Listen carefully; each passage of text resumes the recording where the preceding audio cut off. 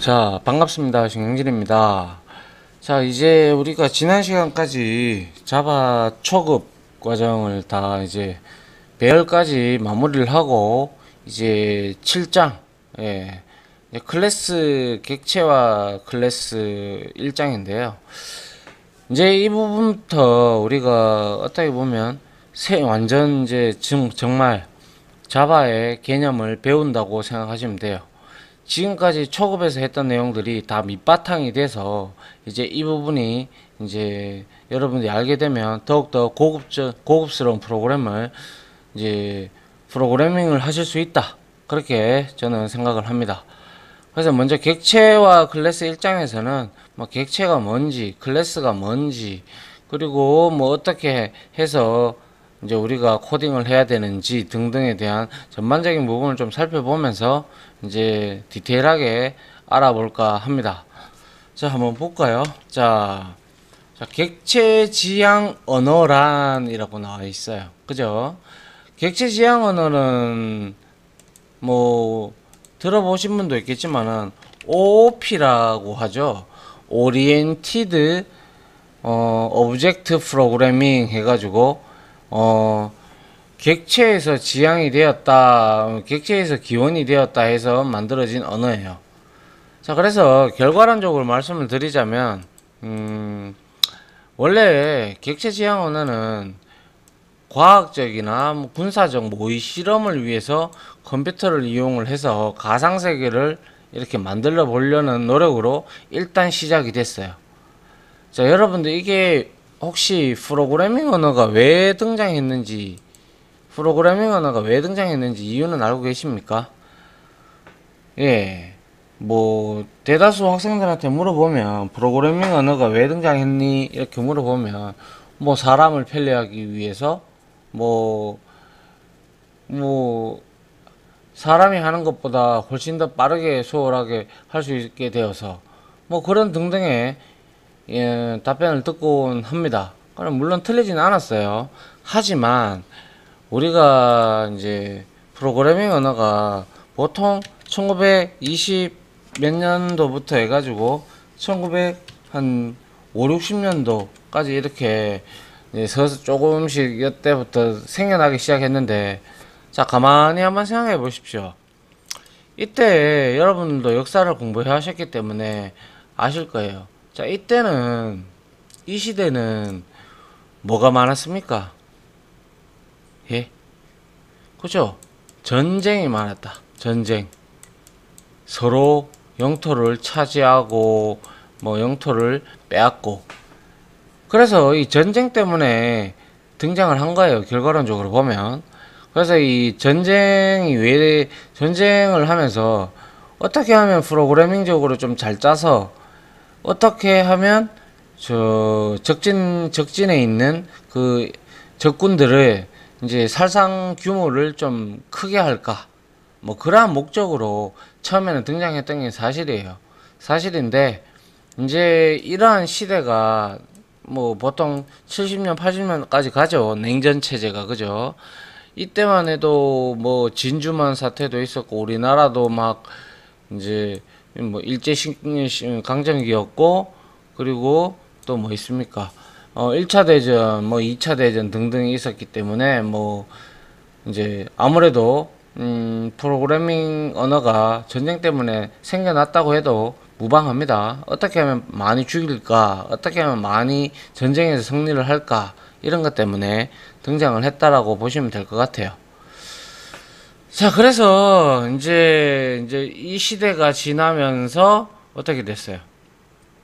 이제 서서히 냉전 체제, 소련이라는 나라가 없어지면서 이제 러시아가 등장을 하고 뭐 등등 이렇게 흘러가죠.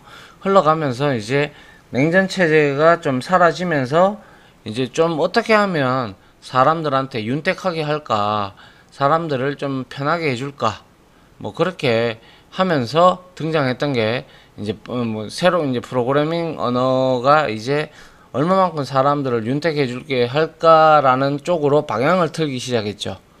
그래서 이제 객체 지향 언어는 실제 1960년대 최초에 객체 지향 언어인 시뮬라라고 있었어요. 시뮬라라고 있었는데 나왔는데 저도 써보지도 못했고 저도 보지도 못했어요. 근데 이게 이제 하드웨어의 불충분.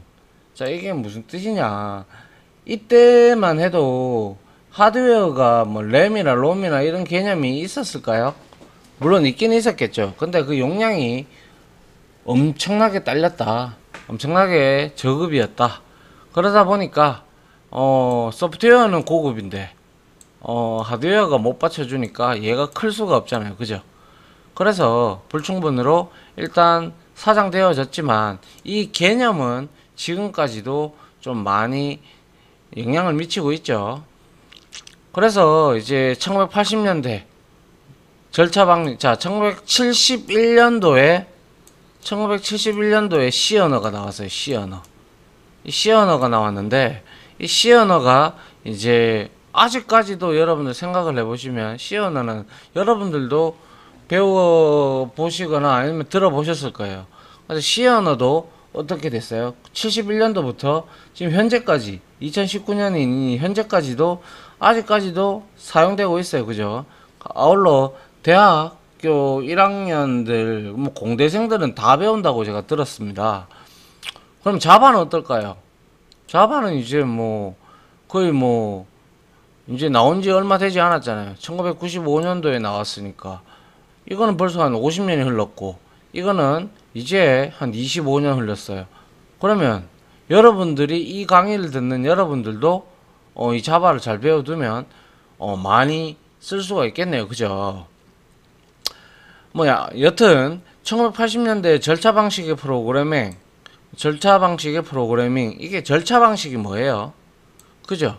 이렇게 한 줄 코딩하고 나면 요거 실행했다가 요거 이렇게 절차적으로 실행한다고 해서 절차 방식의 프로그래밍의 한계를 극복하기 위해서 객체 지향 언어가 등장을 한 거예요. 왜냐하면 C 언어 같은 경우는 이렇게 라인 바이 라인으로 실행을 하는 경우도 있고 이제 펑션 함수가 호출이 돼서 절로 갔다가 다시 돌아오고 뭐 이런 형태거든요. 함수의 연속이다라고 하는 게 C 언어고요. 근데 이제 그 전에 C 언어 이전에 나왔던 이때쯤에 나왔던 언어들 중에서 보면 뭐 어셈블러라든지 아니면 코볼, 포트란, 뭐 등등 이런 것들이 전부 다 절차 지향적 언어였고 굉장히 사람들한테는 불편했어요. 기계가 편했다 이 말이죠. 그러니까 뭐 예를 들어서 요즘에 대표적으로 CPU, AMD나 뭐 인텔 이거에 따라 가지고 혹은 운영 체제에 따라서 프로그램 짜는 걸 달리 했어요. 결과는 똑같은데 그 운영 체제 때문에 혹은 이 CPU 때문에 굉장히 사람이 곤욕스러웠죠. 그런데 이제 C 언어부터 그런 게 사라지게 되고 이제 C 언어가 그래도 우리가 딱 고급 언어와 저급 언어의 특성을 같이 가지고 있다고 해서 딱 중간에 있어요. 이렇게 나눈다면 C 언어가 여기 있고요. 여기 밑에가 저급 언어. 방금 제가 말씀드렸던 어셈블러나 코볼, 포트란 이런 것들이 있었고요. 이제 이 위로 이제 여러분들이 지금 배우고 있는 자바, 그리고 C++, 파이썬, 그리고 또 여러 가지 있죠. 그런 등등의 언어들이 이렇게 나눠요. 이렇게 나누는 이유는 고급 언어는 가면 갈수록 사람이 편하고요.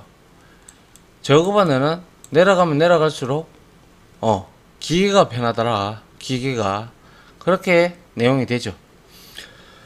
아무튼 1980년대 절차 방식의 프로그래밍에 서서히 한계가 느껴지게 되죠. 이때까지만 해도 개발자들이 계속 절차 지향적으로만 프로그램을 짜다 보니까 이래서는 안 되겠다. 좀 뭔가 좀 혁신적인 언어가 필요하다.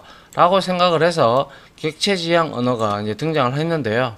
그게 바로 대표적으로 C++이 1980년대 초반에 나왔고요. 그리고 스몰토크와 같은 진보된 객체 지향 언어가 등장을 하기 시작했어요. 물론 이 두 언어도 이 시뮬라의 영향을 받긴 받죠. 그 다음에 이때까지만 해도 C++은 어디서 나왔어요? 그죠? 마이크로소프트에서 나왔어요. 얘네들이 굉장히 독보적이었어요. 독점이었어요. 그래서 개발자들로 하여금 많은 뭐 회사들한테 이렇게 라이센스비도 받고 뭐 이랬는데 이제 좀 C++의 결함도 좀 있긴 있어요. 나쁜 점도 있는데 뭐 제가 여기서 MS를 논한다는 건 좀 그렇고요.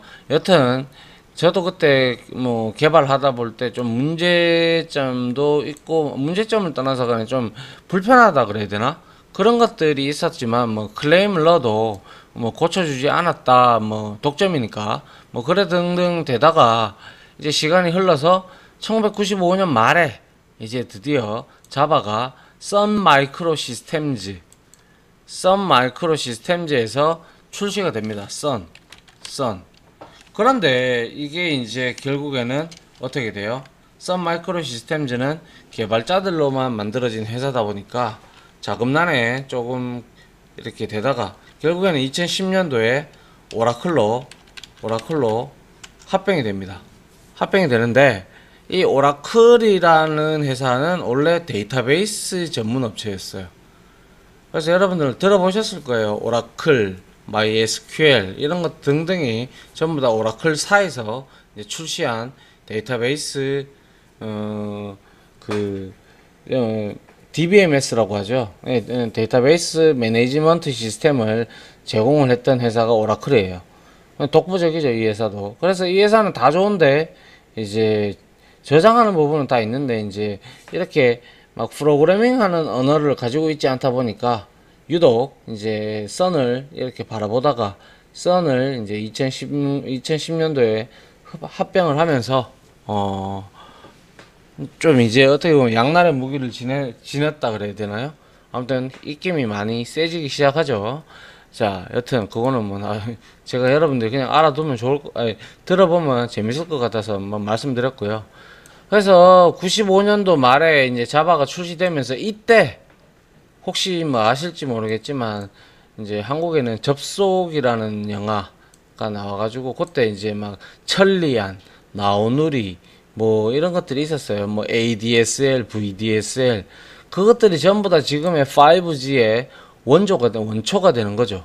그런 것들이 이제 등장하면서 인터넷 모뎀이라고 있었는데 뭐 그때 당시에 뭐 어떤 문서 하나 받는데도 시간이 굉장히 오래 걸렸지만 그래도 아주 획기적으로 발전을 했다.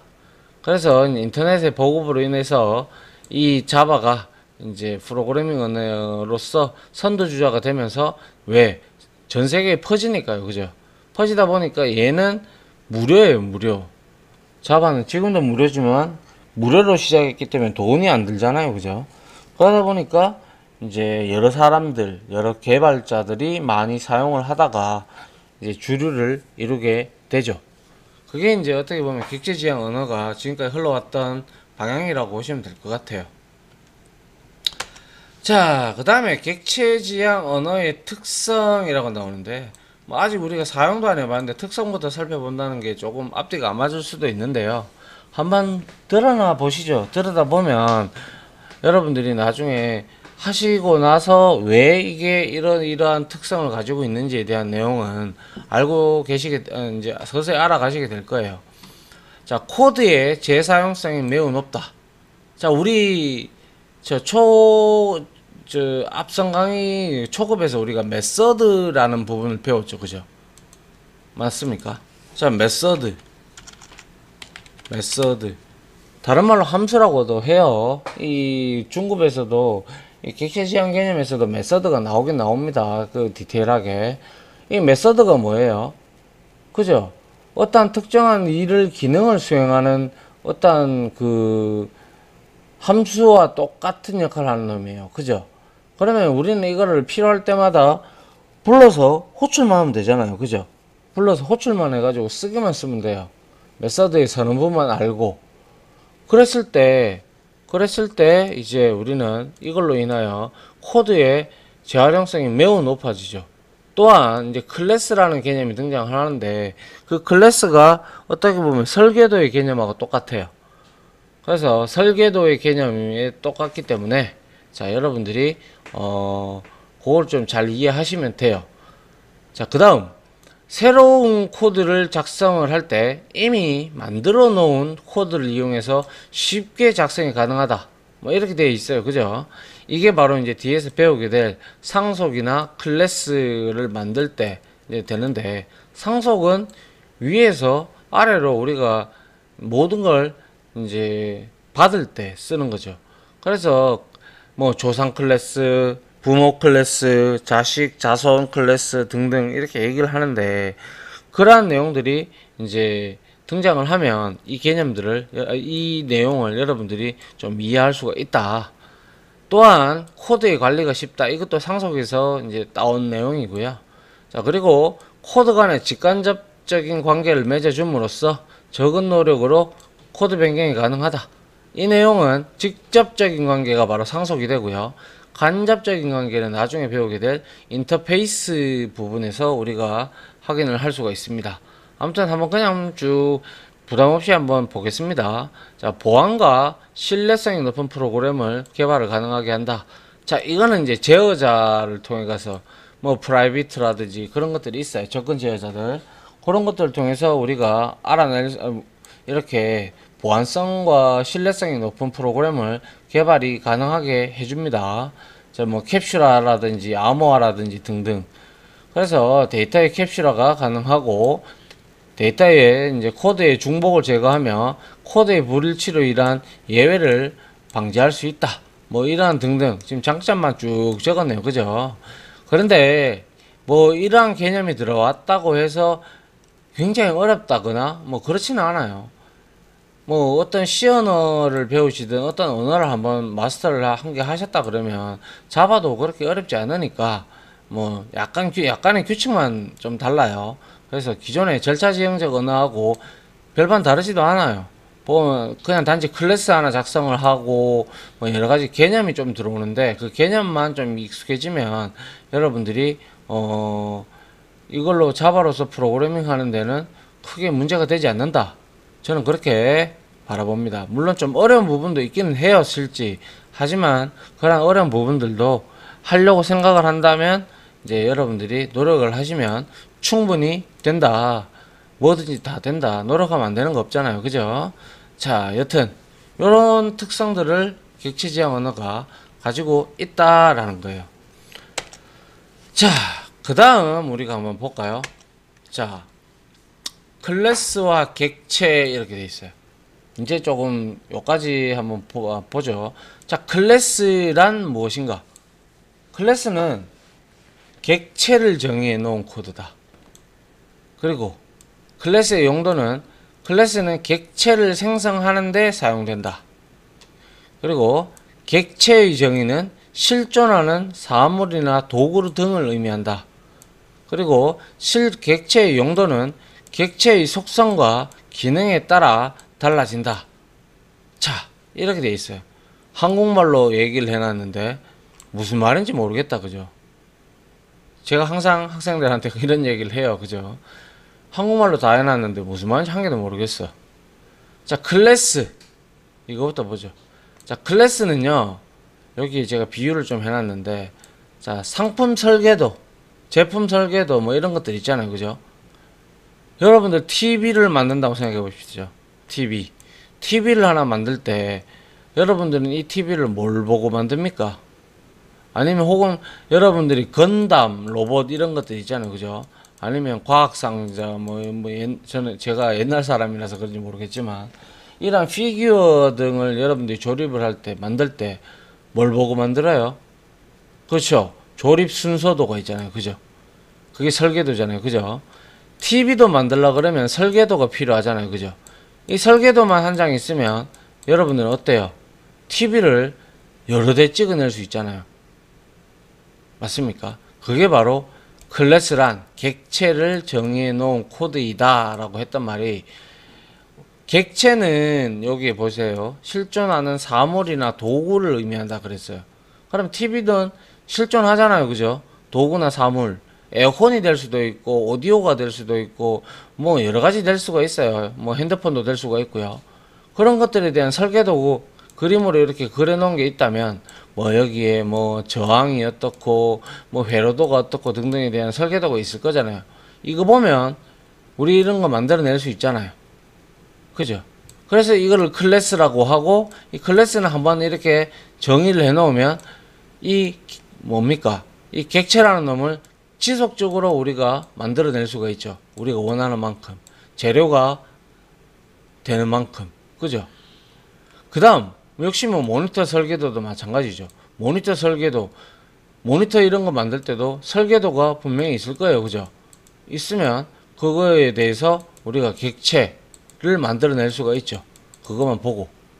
뭐 아주 간단한 실례로 또 붕어빵 기계, 제가 아주 뭐 설명을 한 번씩 드렸는데, 자, 붕어빵 기계 같은 경우는 우리가 이렇게 이제 겨울철만 되면 붕어빵 아줌마가 이렇게 나타나시죠. 그죠? 이렇게 붕어빵이 있으면 여기에 불이 살살 이렇게 올라온다. 그죠? 그러면 이 틀 있죠. 틀. 거푸집과 같은 틀. 이건 쇠로 되어 있든지 아니면 뭐 어떤 걸로 되어 있는지 모르겠지만 내구성이 강한 걸로 되어 있겠죠. 이런 것들이 있다면, 이 틀만 있다면, 그리고 뭐예요? 여기에 밀가루나 팥이나 이런 것들이 있다면 아주머니께서 여기에다가 밀가루도 넣고 팥도 넣고 또 뭐 웰빙이다 해서 뭐 어떤 것도 넣고 이러다가 이렇게 넣잖아요. 그죠? 그럼 이 틀만 있으면, 이 틀만 있으면 이게 클래스와 같은 붕어빵 기계잖아요. 그죠? 붕어빵 틀. 이게 돌면서 하나하나씩 굽혀져 나오죠. 그런데 가만히 생각해 보시면 이 붕어빵 하나하나가 나왔을 때 이게 제 거고 이게 여러분들 지금 이걸 강의를 들으신 분 중에 한 분 거라고 생각한다면, 제가 제 거 이렇게 비워 먹었는데, 먹었는데 여러분들 거 이거 깎이나요? 안 깎이죠? 뭐예요 이게? 객체는 서로 독립적이다. 이렇게 되는 거죠. 그래서 아무리 자 이렇게 찍어내는 것을 우리가 유연산자로 찍어내잖아요. 기억하십니까? 이거 자 스트링에서 str은 new string 이렇게 우리가 뭐 이렇게 하나 한 개 붕어빵 또 찍어냈고, 또 스트링 str1은 new string 뭐 해서 뭐 bb 이런 식으로 우리가 찍어냈잖아요. 그죠? 이게 바로 뭐예요? 붕어빵이잖아요. 붕어빵, 이 붕어빵 틀이 뭐예요? 이 스트링 클래스잖아요. 여기서 뭐 붕어빵을 찍어내는 게 바로 요거죠. 위에 거 하나 밑에 거 하나 두 개 찍어냈어요. 그럼 얘하고 메모리상에 우리가 그려보면, 자 스택과 힙이 있다면, 자 str1과 str2가 참조 변수가 돼서 자 여기에 붕어빵을 이렇게 만들죠. 그럼 이건 서로 독립적인 공간을 지니게 되더라라는 거죠. 맞습니까? 예, 요게 이제 여러분들이 어떻게 보면 들어보면 쉬운데 이 개념을 조금 이해하기가 난해하는 경우도 있습니다. 그렇기 때문에 객체하고 클래스, 객체를 또 다른 말로 인스턴스라고도 해요. 유사하게. 요거는 이제 제가 뒤에 가서 설명을 또 디테일하게 드릴 거고, 자 그래서 결과론적으로 다시 말하면 뭐예요? 객체는 실존하는 사물이나 도구를 의미한다고 했어요. 그래서 TV나 오디오나 모니터나 뭐 붕어빵도 마찬가지죠. 그죠? 이 객체는 클래스 뭐 설계도잖아요. 설계도에서 막 이렇게 정의된 거, 혹은 붕어빵 틀에서 어떤 붕어빵은 이렇게 생긴 붕어빵도 있고 어떤 붕어빵은 예를 들어서 이렇게 생긴 붕어빵도 있다고 치면, 우리가 여기다가 이렇게 되어 있다면 밀가루 넣으면 한 놈은 이렇게 나올 거고 한 놈은 하트 모양 이런 식으로 나올 거예요. 그죠? 그래서 클래스에서 설계된 대로, 정의된 대로 이제 어떻게 메모리에 아까 제가 말씀드렸다시피 힙 거기에다가 메모리에다가 생성된 것을 우리는 객체라고 한다. 이해가십니까? 객체라고 한다. 그죠? 그래서 클래스와 객체는 뗄래야 뗄 수 없는 관계지만, 클래스를 한번 잘 설계해 두시면 얘는 계속 객체를 만드는데 우리가 사용할 수가 있죠. 이게 바로 코드의 재사용성이 굉장히 업그레이드가 되는 거죠. 맞습니까? 실제 이제 여기 옆에 인스턴스라고 해놨는데요. 자, 객체는 뭐 혹자들은 객체라고도 하고 뭐 저도 마찬가지입니다. 객체라고도 할 때도 있고 인스턴스라고 할 때도 있고 그런데요. 이제 객체가 좀 더 포괄적인 의미라고 보시면 되고요. 인스턴스는 실제로 클래스에 정의된 내용대로 메모리에 생성된 것을 우리는 통상 뭐 인스턴스나 객체 둘 다 똑같은 말입니다. 비슷한 말입니다. 다만 조금 범위적으로 넓게 봤을 때는 객체가 조금 더 넓다 이렇게 보시면 됩니다. 그게 바로 상품 뭐 클래스는 설계도 이런 붕어빵 틀 이런 것들 한번 만들어지잖아요. 그죠? 한번 딱 만들어지고 계속 재사용을 할 수가 있죠. 얘네들은 계속 찍어낼 수 있잖아. 그죠? 그렇게 여러분들이 클래스와 객체 간의 관계를 여러분들 이해를 좀 해 주셨으면 합니다. 자, 어떻게 좀 이해가 되셨는지 모르겠네요. 자, 요까지 일단 오늘은 금일 강좌 요까지 강의는 요까지 설명드리고, 자, 그 다음에 이제 내용을 가지고 다음 강의에서 또 찾아뵙도록 하겠습니다. 들어주신다고 자 고생 많으셨습니다. 감사합니다.